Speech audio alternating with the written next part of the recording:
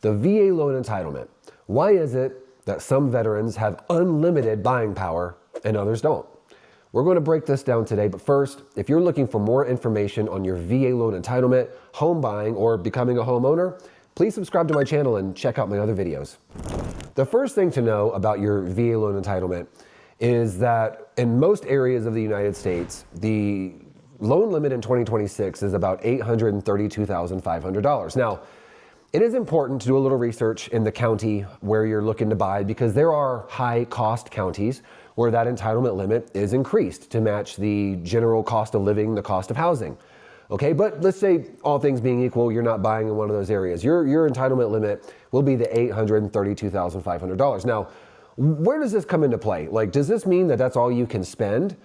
Or does it mean that that's all you have to carve up between multiple homes? Well, the answer is actually the second one. As we're going to talk about in a minute, if you have a free and clear entitlement, there's no limit to the purchase price of a single home. Where that $832,500 comes into play is when you're trying to balance multiple properties. And yes, you can have multiple homes on your VA entitlement at the same time. I see it all the time. Occasionally, I'll come across somebody with three. One time, I actually came across a guy that had 4 homes on his VA entitlement at a single time. And he had been PCSing like between Fort Hood and Fort Benning and just buying these like $150,000 houses. The VA, as long as you meet the occupancy requirement of 12 months, is perfectly fine with that. You can meet the occupancy requirement, then rent it out, make it an income producing property, no harm, no foul. So here's how that works. So let's say Sergeant Lindsay has the basic entitlement, $832,500. He has purchased 2 homes before. Each one of them he bought for $300,000. This means he's got about $232,000 left over on his entitlement. Well, he PCSs to a new duty station, and lo and behold, there's a wonderful home priced at, you guessed it, $300,000. But hold on, not good. Sergeant Lindsay doesn't have enough on his entitlement to purchase that home. Does this mean that he needs to start looking at other loan products? Does this mean he has to go conventional and put money down?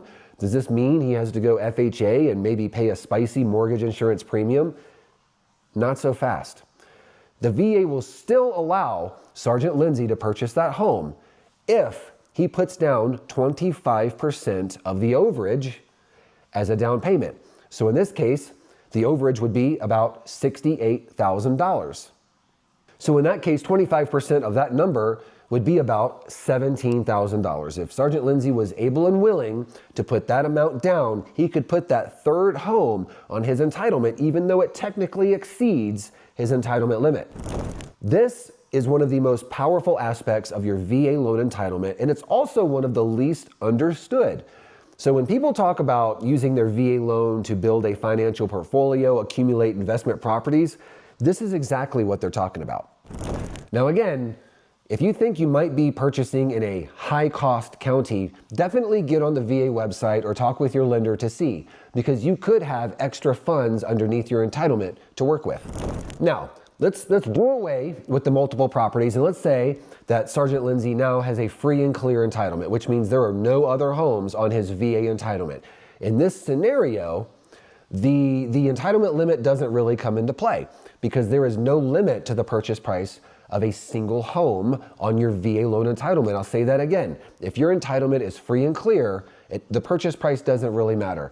I do VA loans over $1 million with 0 down all the time. All the time. I've even heard of them. I haven't done it, unfortunately, but I've heard of them going 3-4 million with 0 down. It's perfectly doable. Again, you just can't have any other homes on your entitlement. Now, that doesn't mean you couldn't have purchased any homes in the past. They would have either been sold or refinanced out of VA, thereby clearing your entitlement. This is another really powerful aspect of the VA loan that a lot of people just don't know.